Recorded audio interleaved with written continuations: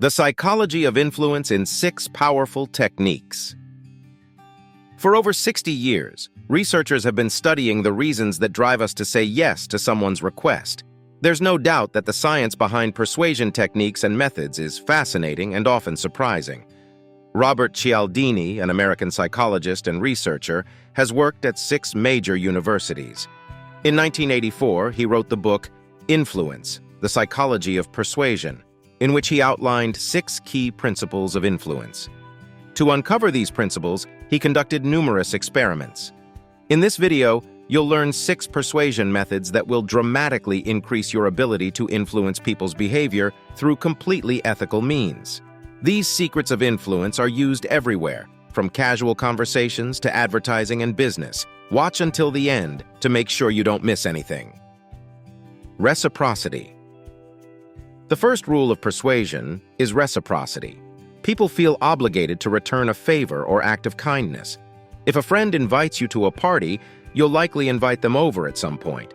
If a coworker does you a favor, you'll feel compelled to return the gesture when you can. People are more likely to say yes to those they feel indebted to. And the principle of reciprocity is often used in restaurants and cafes. For example, the last time you dined out, the server likely brought you a small treat, probably with the check. It could have been a cookie or a mint.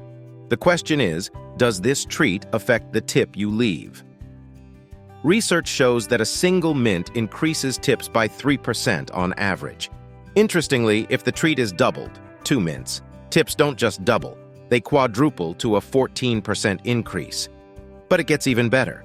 If the server gives you 1 mint, walks away, then stops and says, "For such a nice group, I have another mint," tips soar by a whopping 23%, simply due to how the treat was presented. If someone does you a favor, you naturally feel indebted to them. The drive to help others for mutual survival is hardwired into us. The key is to provide an unsolicited gift or favor first. Give someone something before asking for a favor in return, and they'll be more likely to oblige to repay the debt. When you give someone a gift solely because they gave you one a month ago, that's the principle of reciprocal exchange in action. In everyday life, you can leverage people's inclination for mutual exchange by performing small acts of kindness.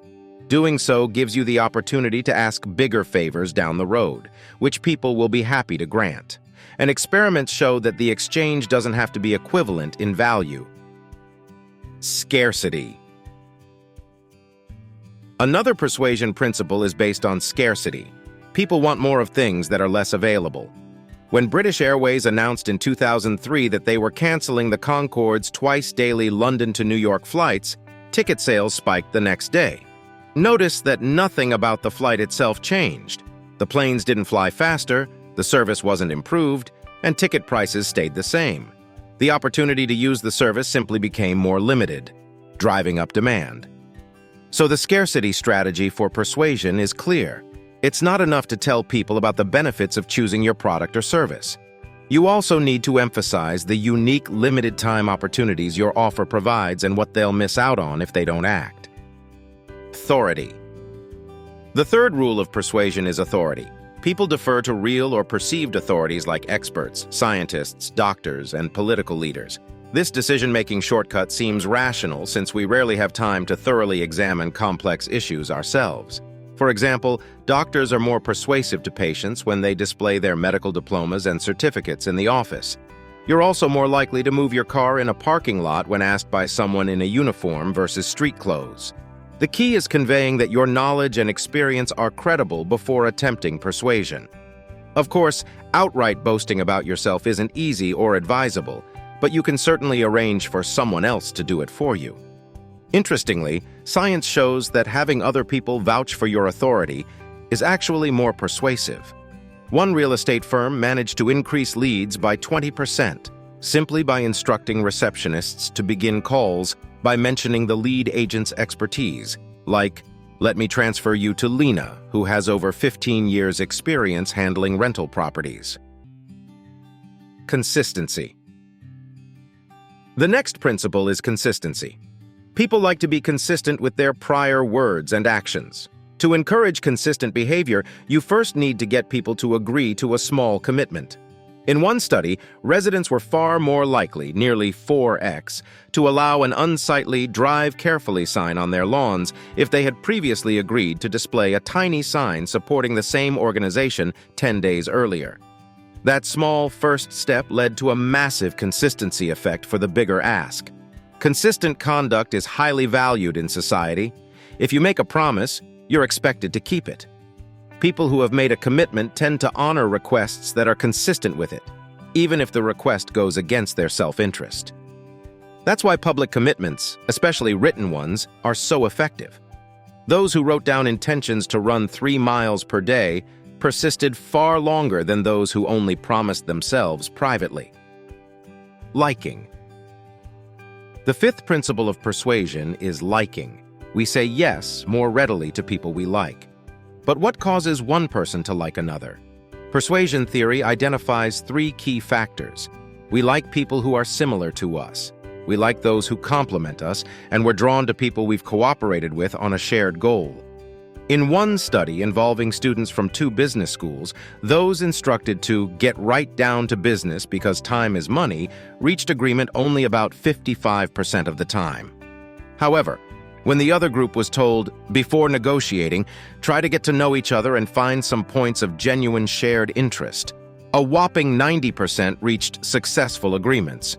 That's 18 percentage points higher per side.